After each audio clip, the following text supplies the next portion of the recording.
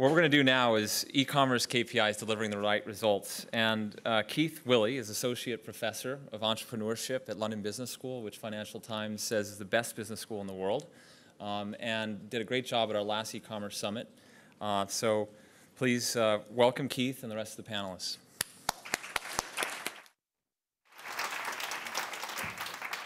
Thank you, folks. We're slightly compressed on time, so I'm going to try and make this go really fast. You'll have spotted from the title, it's a little bit dry. KPIs, it's all about KPIs. I've asked everyone, and they're all really excited about KPIs. So that's a good thing. I'm going to start with a quick introduction and ask each of you to tell me, what's important in KPIs and measurement from your point of view. I'm going to start with you, Peter. Right. I'm Peter Bitsakis. I'm the European Finance Director of ValueClick. ValueClick owns and operates a number of businesses, including Commission Junction, which is the biggest affiliate marketing network in the world, Mediaplex, which is an ad serving and tracking technology business, and PriceRunner, which is a shopping comparison business. We have a presence in the US and a very strong presence in Europe.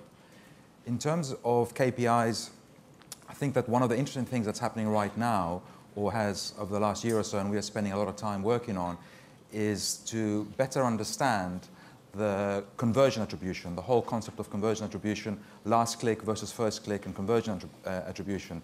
What I mean by that is that, Keith, for example, if you want to buy yourself a gadget, and new gadgets come on the market, you might go into a search engine, search for it. You might veer off to a rich content publisher, read about it, maybe go on a forum, ask some questions. Then you might decide you're interested in buying it. You might want a good deal. You might go on, dare I say, onto PriceRunner. PriceRunner will give you a good deal. Then you may even decide to go offline and speak to friends and family about the product. And then a couple of days later, you might decide to buy it, go onto a different search engine, and use that search engine as a navigational tool to actually make the purchase. You remember who the merchant was that PriceRunner gave you. Then you're thinking, I don't remember the URL, or if you're lazy like myself, you don't want to use the web browser, you just use the box and you go straight to your merchant, you make the purchase. Now the question for KPIs is, how should you allocate your budget? Should you give it to the last click? Should you work with some of these technologies that are available and spend time and understand who influences, what are the touch points that actually influence decision making for the consumer, and work with those touch points? So that's one of the interesting areas right now. You've just exactly described the way I shop online, actually. I mean, I can imagine you doing an experiment and working all those paths through. Yes. Is there a particular KPI or 2 or 3 KPIs that come out of that yet? Has that turned into a regular, this is what we look at every day, every week,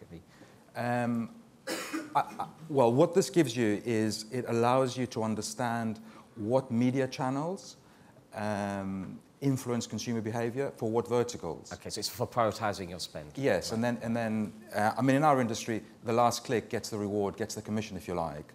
Right. So then you've got to think to yourself, well, can I be a little bit cleverer? Can I better understand the path and who influences? And can I work with those people in partnership or closer with a rich sort of content publisher and work with them and get that conversion much earlier? You'd be the last click. Yeah, yes. Fantastic. Neil. I'm Neil Saunders. I'm Consulting Director of Verdict Research, which is a firm of retail analysts and consultants, and we advise retailers on both offline and online strategies. One of the things I would say that is very important is that KPIs in general are just much more critical now, because if you go back 5 years, the internet was growing very, very quickly because we had lots more people coming online. The penetration rates were going up extensively year on year. That's not the case now. The whole model of online retailing has slowed down. Growth is still very, very fast, but it's much slower than it was. So for retailers, what it's about is working much harder with what you've got. It's much more difficult to acquire new customers. So to grow, you've got to work much harder with what you've got. So several things I think are really critical in terms of KPIs. I think it's first of all really important to understand who you've got on the site, because that determines the strategy that you will use. And you need to be able to look at KPIs at quite a granular level. It's no good just saying, well, this is the conversion rate. Yeah, sure, that's interesting and useful, but you need to look at the conversion rate by different groups of consumers, because that then influences how you can get that conversion rate up. There'll be different tactics and different things you need to use for different groups of customers. I think the other thing that's really important is to identify barriers on the site. I'm never sort of surprised by the number of retailers that don't do this sort of thing. You know, they don't identify where the barriers to people purchasing are. And it's actually a huge lost opportunity, because it's been proven if you just change even the slightest thing, where a button is, how the click-through process on the transaction works, if you change those things, you actually can get a significant increase in conversion rate.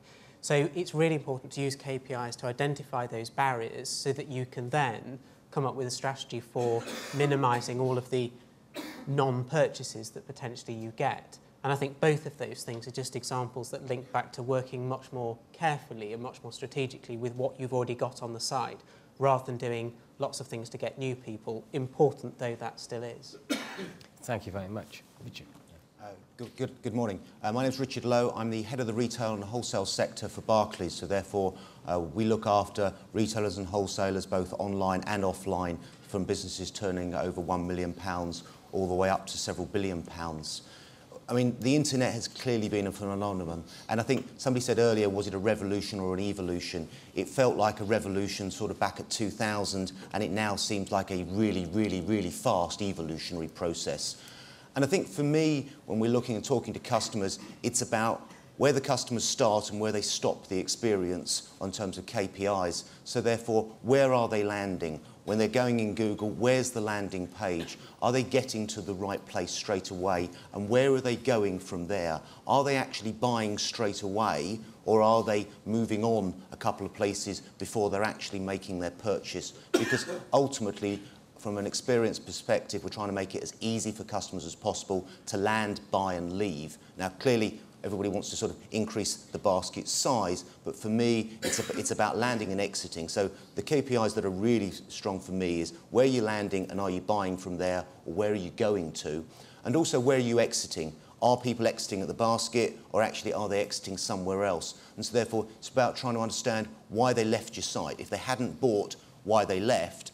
And then once they've left, how can you actually reignite their interest to get back to where they were in the first place? So it's to say, for me, two KPIs of real importance is where you're landing and what you're doing, and then when you exit, why are you exiting from that point, and why aren't you exiting having actually gone through the basket? And the conversion, yeah. I'm Tony Stockil. I'm the founder and chief exec of the Javelin Group. We're a team of 75 people helping big retailers. We work with 9 out of the top 10 retailers in the UK, for example, to build and improve their e-commerce and multi-channel retail, which makes us, I think, the largest specialist in this area in Europe. And I have a few particular obsessions when it comes to KPIs. One of them is actually just creating the right sort of dashboards for people. So one of the things we do is to help our clients to, I suppose, harvest the great mass of data that they accumulate from different sources, and to identify what it is at different levels of the organization they need to see to make the right sorts of decisions. And within that, there's one particular measure that I like, that I don't see enough yet, which is the web-to-store measure. In other words, how many people in your store or exiting your store with a purchase have visited your website in the last X period of time, say 3 days or something like that. Because I think that's fundamental to the business case for e-commerce for a lot of big retailers. Take the DIY sector. DIY doesn't really make money online per se, just purely online, transacting online, apart from Screwfix, which is a slightly different sort of business case. But actually, they drive a huge volume of sales from their website to their stores by virtue of their transactional websites.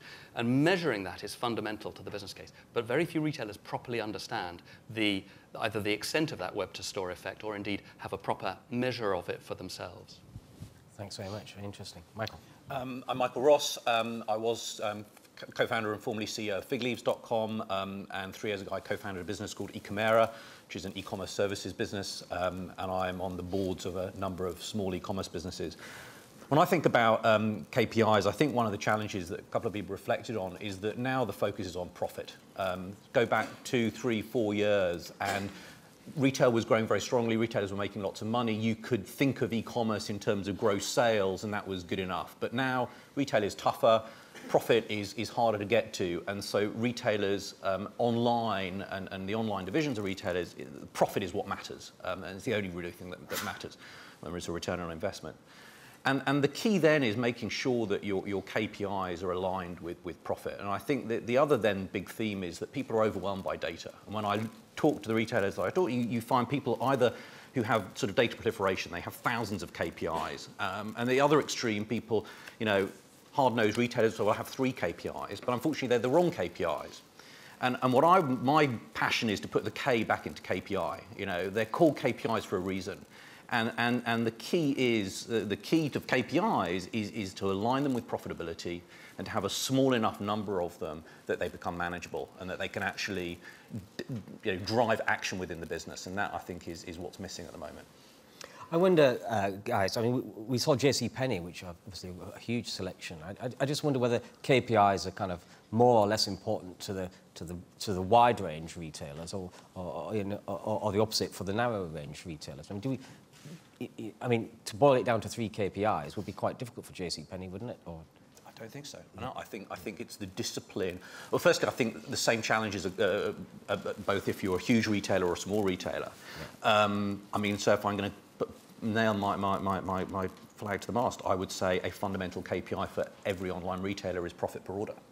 You know, what is the profit per order in terms of what gross margin you make per order, minus what marketing costs you're spending, minus any sort of delivery revenue. So fully allocating all of these costs. And as an example, I mean, retailing, if you go back 200 years in retailing, when Marshall Fields launched in the 1870s, rent was 1% of turnover. Rent was not really very important, so anything to do with space efficiency wasn't really important. It was over the next 200 or 150 years that sort of profit per square foot or profit per linear foot became important for retailers and dominates how retailers sort of think about the world. Again, online KPIs change, but no, for me, something like profit per order is a great universal KPI. Yeah. Do you think that there's a sort of general cultural resistance at all to a KPI-driven strategy in retailing? I think in terms of KPIs in general, you know, what Michael said is that the KPIs have to be linked to the objectives of the business. So, for example, if we look back only a couple of years ago, in the online space, there were a lot of businesses that were just going for market share. That was their business model. You know, on our price runner business, that's not the model we've ever pursued, because the company ethos is to grow a sustainable business, cash flows, profitability. But others have done very well, and you know, good luck to them. They've gone for market share. Some of them are around today, some of them aren't. But their KPIs are going to be very different to the price runner KPIs, because if you're going for market share, then you've got a slightly different KPI. So I think it's important to understand the KPI in the context of the business strategy and not look at it in isolation or in a vacuum. I mean, another example would be not looking at a KPI in a vacuum and looking at the full spectrum of KPIs. Mm-hmm. For example, most programs or most campaigns are either brand awareness or the direct response. Why not measure both? Why not measure awareness, intent to buy, and at the same time try to measure response, conversion, average order value? So this is the offline and the online? Yes, try and measure the full spectrum. Yeah. And the one thing I would say, please never look at a KPI on its own. It happens a lot in our organization. Someone comes along and says, "Oh, look at this, it's great." Yes, but how does that fit in the full spectrum of KPIs? And how does it fit in with the business objectives of the organization? Very interesting. I mean, Neil, do you find clients kind of integrating their sort of traditional research that they would do with their online? I mean, and are they able to correlate it? You know, the people with the clipboards in the street or whatever, you know, I mean, are they predicting online conversions or sales or whatever? I think it's patchy at best, to be honest. I think a number of retailers have been successful at integrating the off and online types of information they would have, but most, to be honest, haven't done it successfully. To be fair, most retailers aren't terribly good at recording KPIs in stores. Of course, they know what they've sold, they know the value of those sales by sections or departments because the EPOS system does that all for them. If you say to most retailers, well, who's walked in your store today and what's the conversion rate by individual customer segment? Of course, they won't have a clue unless they've done research on it, and most of them haven't. So there is a kind of dearth of information offline. I think, though, it is really important, and just picking on what Tony said, it is critical to bring the two together because it actually is fundamental in driving the decisions that you take going forward. Now, if you use the example of Dixons store groups as just one example, electricals is the second largest sector online in terms of size at the moment. One of the things that's absolutely certain is over the next 5 or so years, it's going to see superior growth to most sectors online, and the penetration of goods that are sold in the electrical sector online will increase. A fundamental issue for a store group like Dixons is, okay, that is the situation, that is the trend. Do we need as many stores going forward? or do we need to rationalise our store portfolio? That's a really key question. And the honest answer is you can't answer it unless you understand the dynamics between the two channels. Because just as Tony said, sometimes online drives people to store, sometimes having the presence of a store can also give people the confidence to purchase online. It drives transactions online because people will do research in the store first. They want to have human contact and speak to someone. So unless you understand the dynamics between the two, you actually can't make any sensible business decisions going forward, and you're just really doing it off the hoof. And then you can make wrong decisions. Tony, I think Neil raises a very valid point, which is one of the, it's not just for electricals, of course, but it's across most categories, perhaps grocery aside, is that the single biggest strategic question facing retail for the next 10 years is what impact is online going to have on your shape of chain? What formats of store, what services of store, how many stores do you need when you're being complemented by e-commerce or that web-to-store activity? And that's a question that most retailers haven't even started to address yet. The biggest ones are starting to ask the question, but they don't have the answers yet. And it's a fascinating question, and it's the seismic shift that's happening in retailing. The shapes of our chains are going to change over the next 10 years because of the impact of the web. So, I mean, what I'm hearing now is that, on the one hand, we've got to think big strategic. On the other hand, we've got to nail down the profit per product. That's quite a stretch, isn't it, to reconcile those two? Yeah. You're quite right. You know, actually, I think most retailers, even in their day-to-day mainstream business, are actually not masters of their data. I mean, if you run a retail business, a big retail business, you actually run a, you know, apart from everything else, you have a huge data factory. Most of the data that you generate as a retailer is actually never used, never analysed. It's warehoused and then eventually trashed.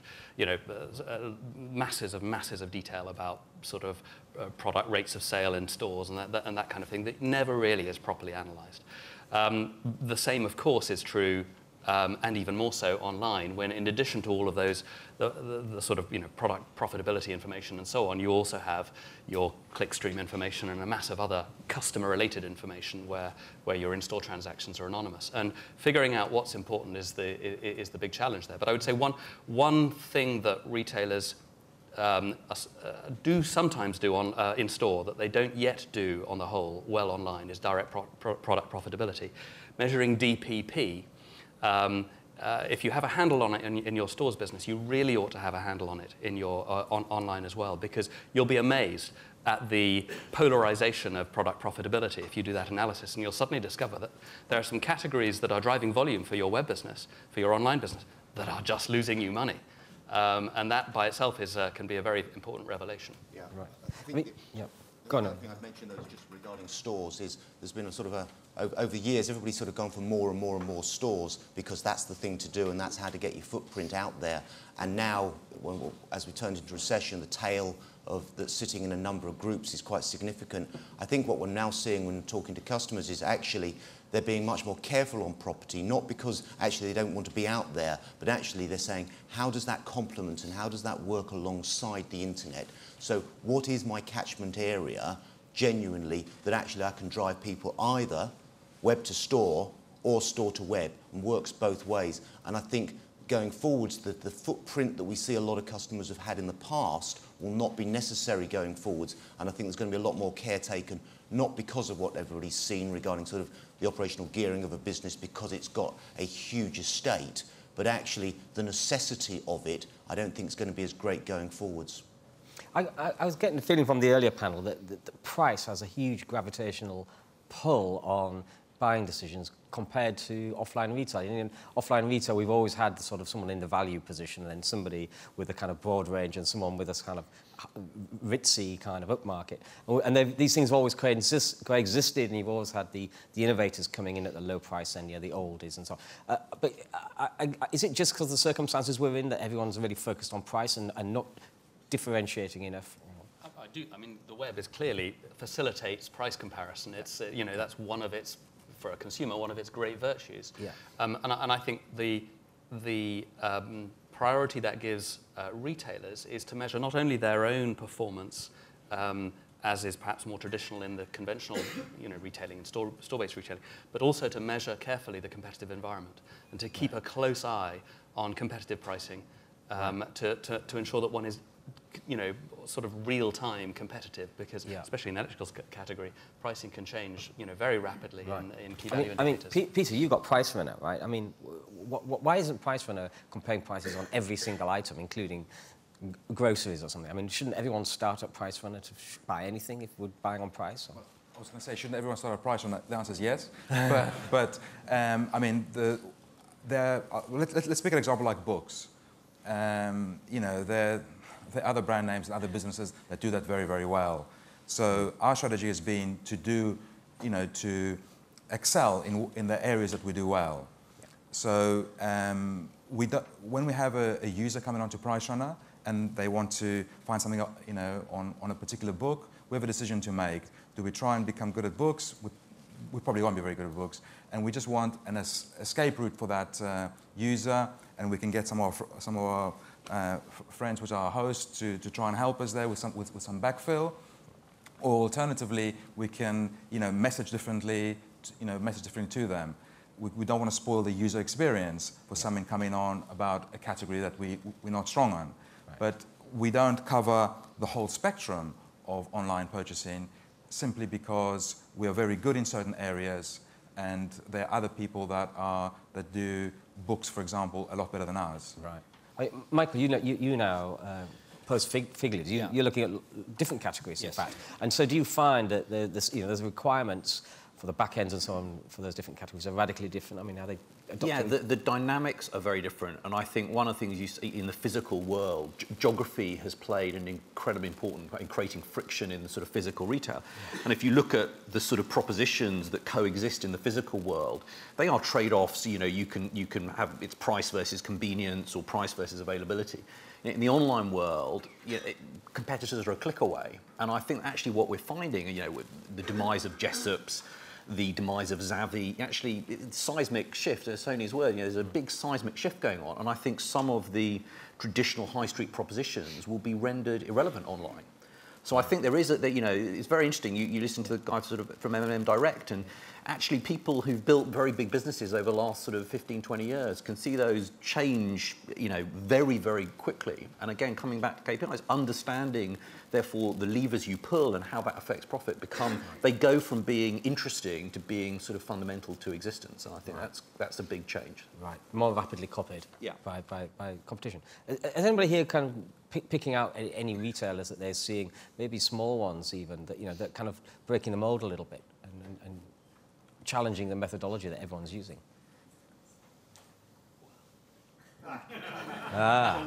ASOS is always the example that people raise. And I've got to say, I have no idea what KPIs ASOS uses, but I know that they are masters of what they do in terms of product presentation and innovation. And I think the one key thing that they have, which conventional retailers, bricks and mortar retailers with a web channel, often struggle to achieve, in fact, really, let's face it, universally fail to achieve, is that entrepreneurial, experimental culture, that nimbleness to be able to say, let's try videos, let's see what happens, let's roll them out now quickly, let's try reviews, let's try, you know, and actually testing things all the time and being nimble and light on their feet. And I think that's the challenge facing established retailers, is to get that nimbleness as well as exploiting those cross-channel advantages as well. I know there are ASOS people here, so I hope they have got some KPIs. Otherwise, we might be looking in the wrong place.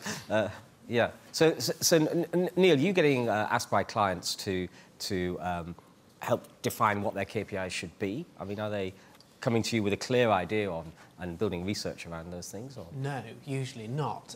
Usually they come with a problem. They will say, well, our conversion rate isn't high enough, or they will say, we're not selling enough online, or we don't know where our strategy should be online versus offline. So they're not actually coming with a set of KPIs and saying, what we'd like to do is increase this one, or we'd like to do this one. They're usually coming with a problem, which then requires us to say to them, OK, well, these are the things that we've got to go away and measure for you. And usually they don't have the data in place to measure it, or if they do have the data in place, they haven't extracted it to measure it properly, and then we have to formulate the strategy around that. And where's the right place to break into the circle? I mean, do you kind of start with a customer experience, or do you start with, you know, category measurement, or do you just go for the, you know, the whole process thing, you know, conversion, you know, landings, Well, it depends what they want to do. I mean, that's the most important thing, because as we said before, it's about marrying the KPI up to the key objective. And if you have an objective increasing conversion, it's a very different sort of measurement and game than if your objective is to increase, say, profit per sale. One of the things I think that is really important, though, when it comes to KPIs, is to make sure that they link back to the customer experience or the customer decision at the front, because everything in retail, whether you like it or not, is driven ultimately by the customer. So you have to understand how that KPI is driven by the customer. And if you want to increase conversion, what you're talking about, yes, it's a number, but behind that number are lots of individual people that behave in lots of different ways. And it's only by understanding that customer very deeply and being able to influence that customer and their decisions and their habits that you will influence that conversion rate. Yeah. So it's really about linking it to the customer experience. Knowing what they like. And that goes back as well to the segmentation point, because a conversion rate is made up of lots and lots of different types of people behaving in lots of different ways. And sure, you can have it as an aggregate statistic, but actually the way to attack it most successfully is to try and break it down by social class, age, whatever sort of demographic or socio-demographic profile you want to use. That's when you start getting very granular and you start having most success. Are retailers having any success in kind of tailoring to the segments that are coming to their sites? As a shopper, my experience is, they aren't identifying my age, my sex too well, and I end up clicking on whatever it is that just shows me the catalogue. Is anybody actively sort of picking up this user data and driving? The big thing right now, buzzword or whatever you want to call it, behavioural targeting. I think demographics, psychographics, and behavioural targeting all try and build a visual portfolio of the individual. So then, when you're faced with that individual online, you can serve them, a customised message, and for the retailer, it will convert, and for the individual, have a good consumer, good consumer experience. But I guess that is at the more advanced spectrum of segmenting, and the question is, where are you in that spectrum, and should you be keeping things basic? Should you be, have you gone through a stage, or if you just look at the basics, how often does someone visit your shop? How much money do they spend? And so I would say get the basics right, and then start going to the more advanced things. Yeah, because I'm reading between the lines. I'm maybe hearing from some of the advisory end, if you like, and support end, that people aren't doing the basic stuff, and that maybe there's big wins to be done there before you start to get sort of too strategic. Huh? I think one of the observations from the retailers in the room is, as Tony said, retail generates huge amounts of data, but like-for-like sales by store, which kind of is a kind of a feature of retail, that retailers have lots of stores and they can look at their like-for-like sales by store. And when you talk to sort of good retailers, they say, actually, I can tell a huge amount just by looking at that. I can tell where I've got a bad manager, or I've got a bad area manager, or I've got a new competitor, or where I've got a bad proposition or a bad season. And actually, there's nothing easy about retail, but it makes it easier to diagnose what sort of problem you're dealing with. I think one of the challenges in online is, because it's a single store, and as people said, it's about taking composite metrics and sort of disaggregating them, makes it much harder to diagnose what sort of problem you're trying to solve. And that's the other real challenge. Are you trying to solve a competitor issue? Are you trying to solve a pricing issue? Are you trying to solve a proposition issue? And that's the real challenge I see, is people don't really know what problem they're trying to solve, and it's hard to make progress. Right. I wonder if this is linked to whether you've got a background in retailing before you do the e-commerce. If you're an ASOS, you kind of set up from scratch doing web, but if you're a JCPenney, you've got to learn about the business. Well, I certainly think focus helps. Yeah. If your livelihood depends on making this channel work, you work it harder. I think that's for sure. But just going back to something Michael raised, which I think is an interesting point, that we run a shop-based benchmarking service called ShopScore, which is basically where we gather 3 metrics from all our retailers, or all participating retailers across their stores, and that is sales by store, square footage by store, and rent by store. And those 3 things at a store-based level give you a vast amount of information and insight about how to improve the profitability of a store chain, especially when you can benchmark one retailer against another, and all of a sudden then you get some real ideas about which shopping venues are doing better, which ones are doing worse, where to site your next 100 stores, those sorts of things. And I think when we're just about to do something similar online, a sort of benchmarking service like this across a multitude of retailers, and figuring out which metrics to pick, which tiny handful of metrics to pick, generated a vast amount of debate within our organisation, because it wasn't as simple as saying, okay, square foot, rent, and sales per store. Actually, there's a much wider array of possible options to choose to benchmark across. And the challenge for us was to figure out where the aggregation of data across different retailers was going to create the big enough most picture. value. That's right. Yeah. What kind of variability? I mean, there's a huge variability from the top to the bottom. Is that your experience? Enormous. Yes, absolutely enormous. Okay, so everyone can learn from the best people in this industry. Yeah. Maybe I should open it for questions, actually. A couple of quick questions. Gentleman here. I think the message that I'm getting... Oh, thank you. The overall message that I'm hearing is that perhaps we're getting beyond the drinking from a fire hose stage of web analytics, and perhaps the time has come to be focusing in on the couple of key metrics. Are our web analytics vendors failing us? Mentioning none in particular to any Google Analytics people. Yeah. Are the web analytics vendors failing us by giving us the richness and complexity to allow us to drill down, which is good, but failing to give us some of the blindingly obvious metrics at the front end that you should be looking at every week? I do think that's a very valid point, because we often go into clients and they've got a stack of printouts from their whichever analytics vendor it is. And a simple consulting exercise for a business like ours is say, right, give it to us, and we'll feed you a dashboard, a one-page summary once a week of the things that you should be doing, testing, improving, and clients will read that, whereas they just can't read this. Yeah. Oh, interesting. Another question out here. I was hoping one of the ASOS people would ask a question, so we can quiz them. Another question about this KPI thing. How much does the people driving the web business, what's their attitude to KPI? Because we heard that Tesco has grown up and is a kind of a small percentage of the Tesco business. Do you think that the web people are more data and measurement driven than the traditional retailers? I mean, is there a cultural difference? I think there is. I think there's a lot. When you look at the numbers that are coming out, Tony's point, though, there is absolute analysis paralysis relating to a lot of it and no action being taken. But on the flip side of that, actually, there's quite a lot of levers people are pulling and then actually getting the output from that quite quickly. Because if you're trying to get something down to your store base, you go through a regional manager and then down to store, it takes a while. You can make some very quick decisions, get some quick answers, and actually, it's much better for testing. You can get some real-time results quite quickly. And I think that's part of the joy of working on the net is the speed of response. The experiment and get the feedback and get it right and practice and not fail too much. And I think what we're seeing is because of the people that are involved, quite a lot of IT people involved, I think there's quite a desire to actually see how that works out. Right. It's about bringing it together as well, because retailers are not unused to dealing with metrics. If you go into any fashion retailer, whether they be online or offline, and you talk to a merchandiser, I mean, they deal in metrics. They do it all the time. They talk about cover and stock levels, and that's their job. The problem is, very often, we find, is that the merchandiser or the buyer or whatever bit doesn't talk to the bit doing the web, because this is the way where you haven't got a pure play retailer that often it's grown up. The web has been something separate. It's been dealt with by a separate team. It kind of has links informally into the business, but it's not often fully integrated. So part of the challenge, I think, is about bringing the different sides together. Exactly, and sharing the data and understanding, because a merchandiser can take some information from the web, a KPI, and can interpret it and take a decision on it.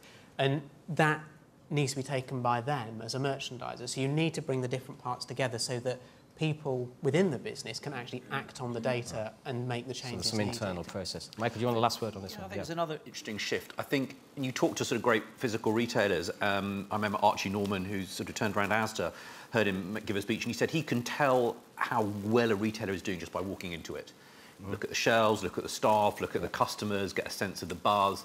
You can't do that online. I mean, for a couple of reasons. One, when you're looking at a website, you're looking at the tip of the iceberg of an end-to-end business. But secondly, one human being going through one path on the website, given the number of places people enter the websites, the number of different paths, if you're not looking at the data, you frankly have no idea what's going on. So you can't do online retailing by gut. You've got to have the numbers. You've got to have the data. Yeah. That's a very good note to end on. I think we should thank all our speakers. Thank you very much indeed.